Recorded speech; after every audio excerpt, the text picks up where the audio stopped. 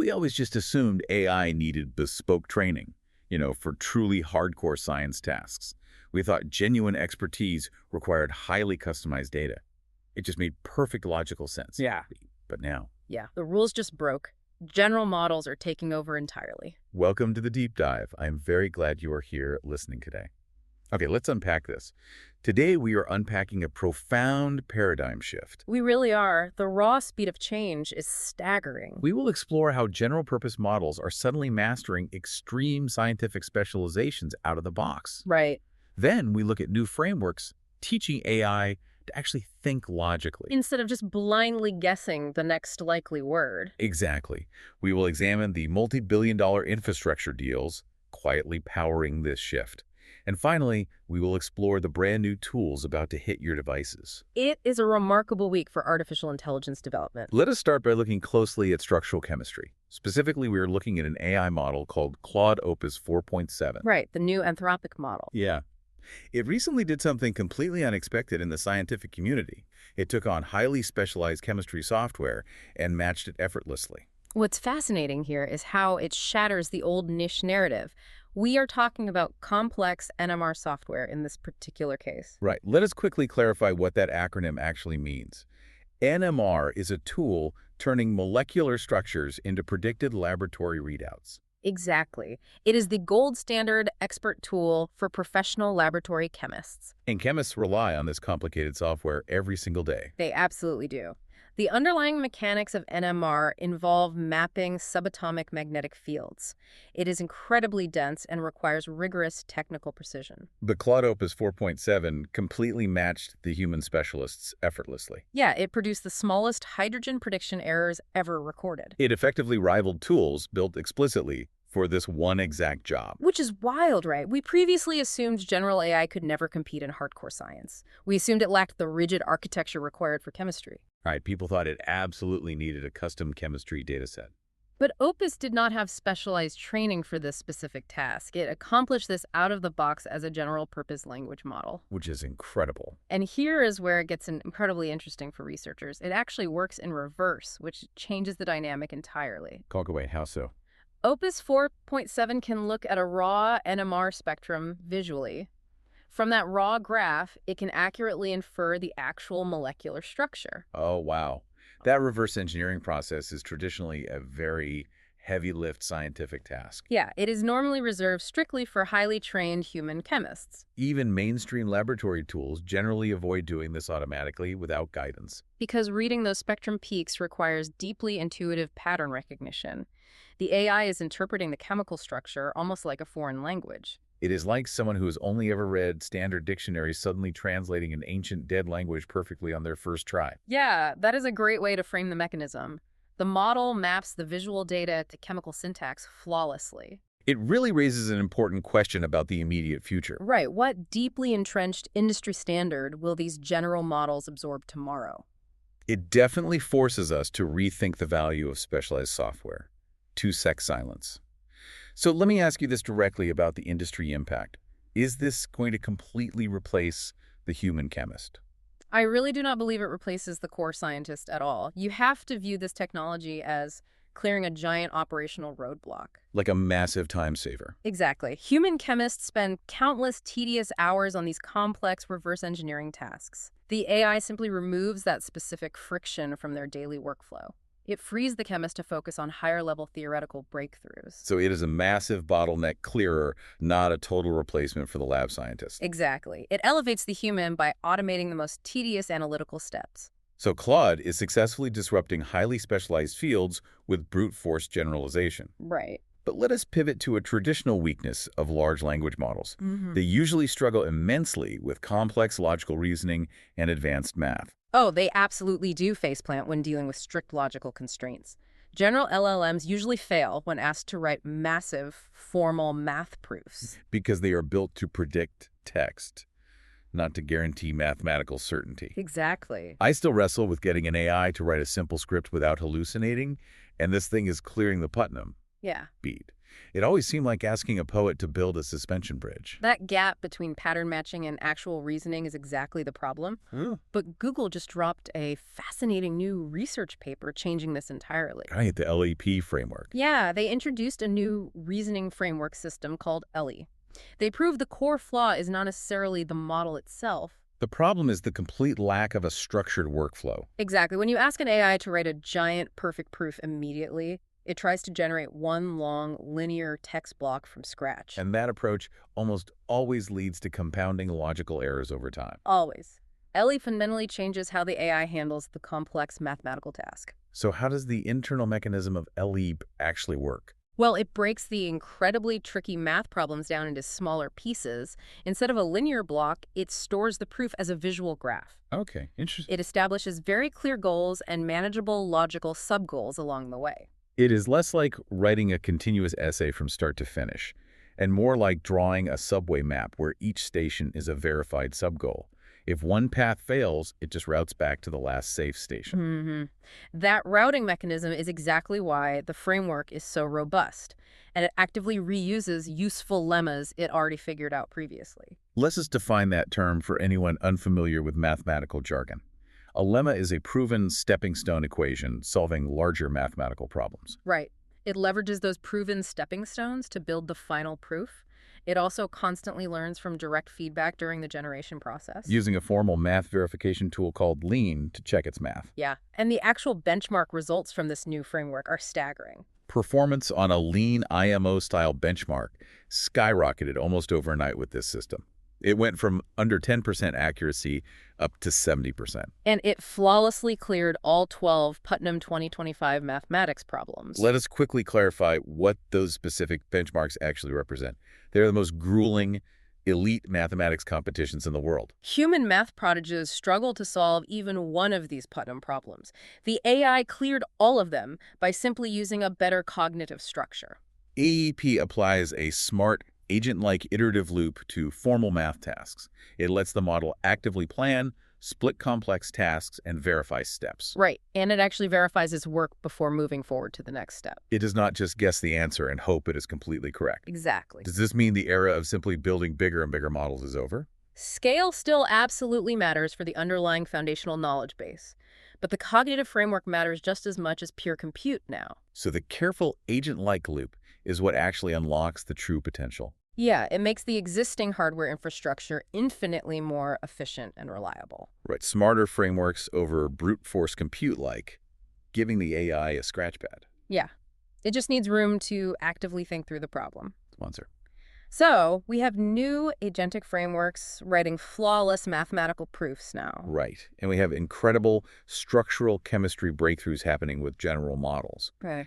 But powering these massive agentic loops requires unprecedented physical hardware infrastructure globally. It also requires intense corporate maneuvering quietly happening entirely behind the scenes. It is the brutal business of intelligence and computational scale. Right. If you want an agent to verify math steps 1,000 times, you have to pay for those 1,000 hidden queries somehow. Let us start by looking at Nvidia's current market position. They confidently claimed the top spot in the WSJ 2026 ranking. They were officially named the best company for the future. Yeah, they beat Alphabet, Microsoft, Meta, and Cisco for that top position. Jensen Huang just keeps collecting enormous foundational wins in this hardware race. He really does. But Google is making profound strategic moves in infrastructure, too. They just signed a truly historic compute deal directly with SpaceX. The specific details of this financial deal are completely mind-blowing. Google will officially pay SpaceX $920 million per month. Nearly $1 billion a month. Yeah, strictly for raw AI compute access on their servers.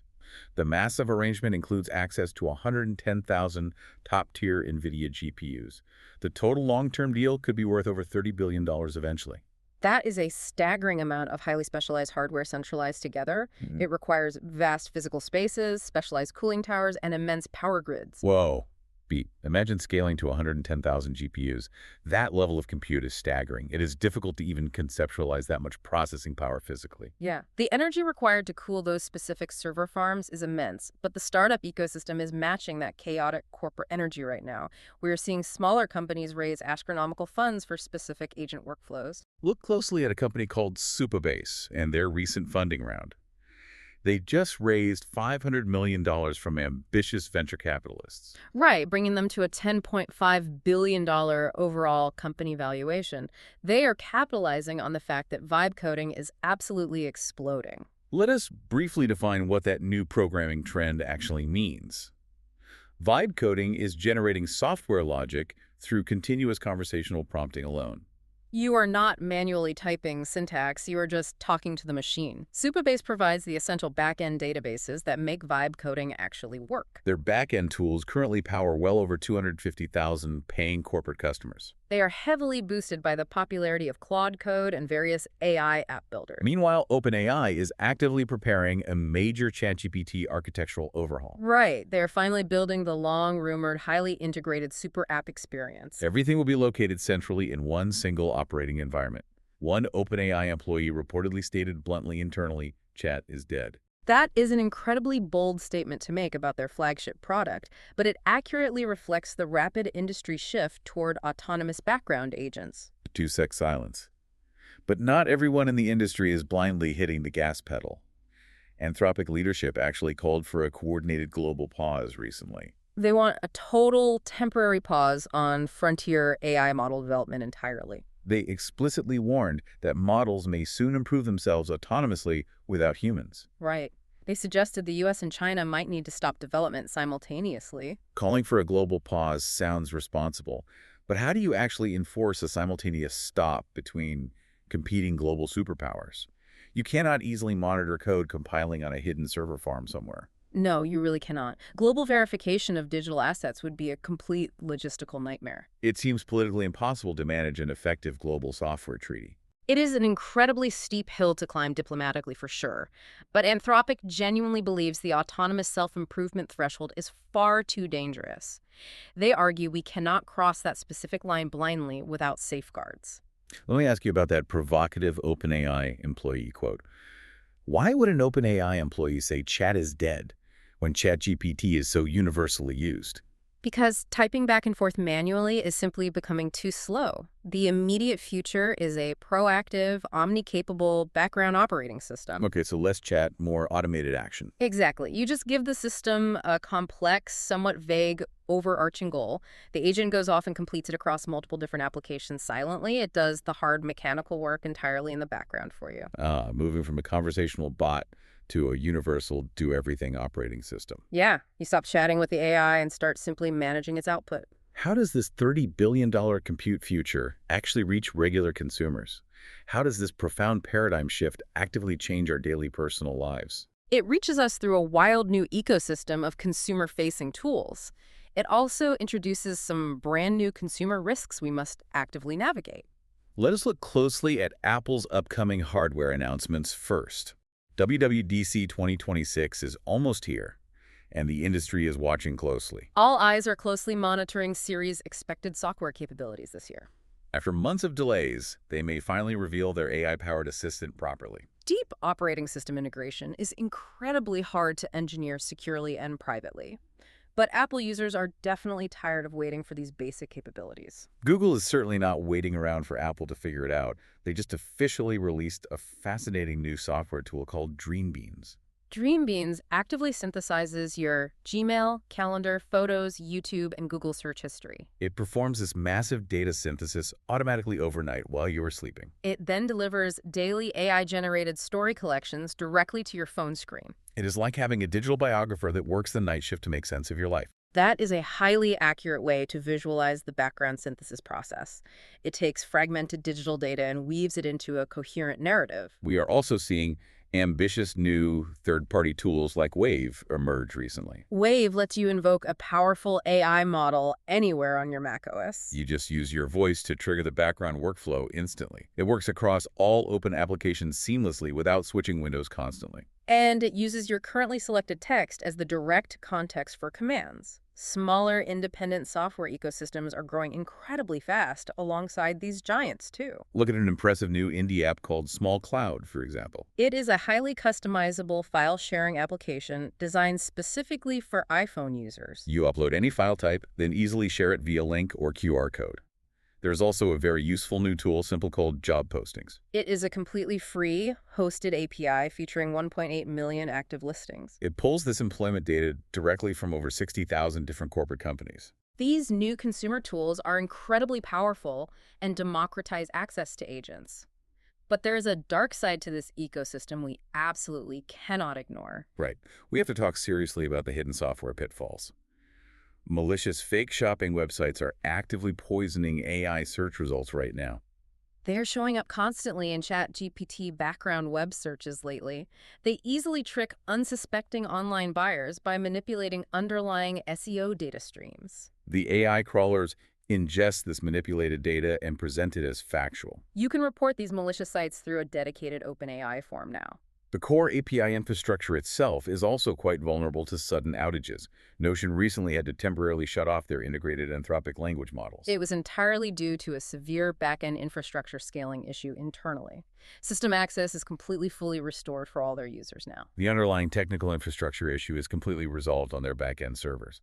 But it highlights our growing fragile reliance on these specific external APIs. Right. When an AI provider goes down, countless dependent apps break instantly everywhere. With fake sites poisoning AI search results, who is ultimately responsible for vetting these outputs? The major platforms are desperately building much better automated security filters currently, but the ultimate responsibility still falls squarely on the individual human user.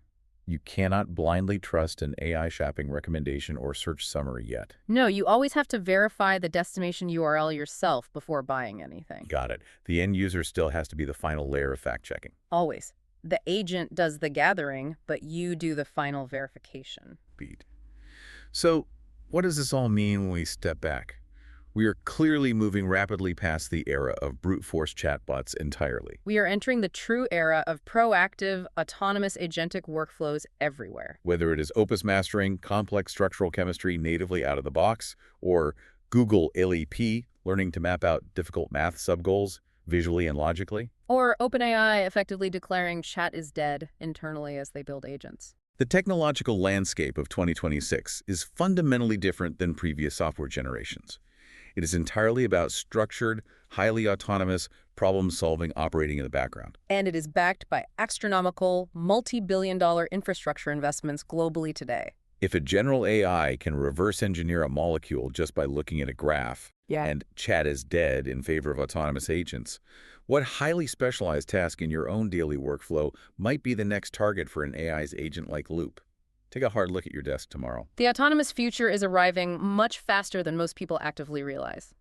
Thank you for joining us on this deep dive today. Keep questioning the incredible world around you as it changes, and we will see you next time.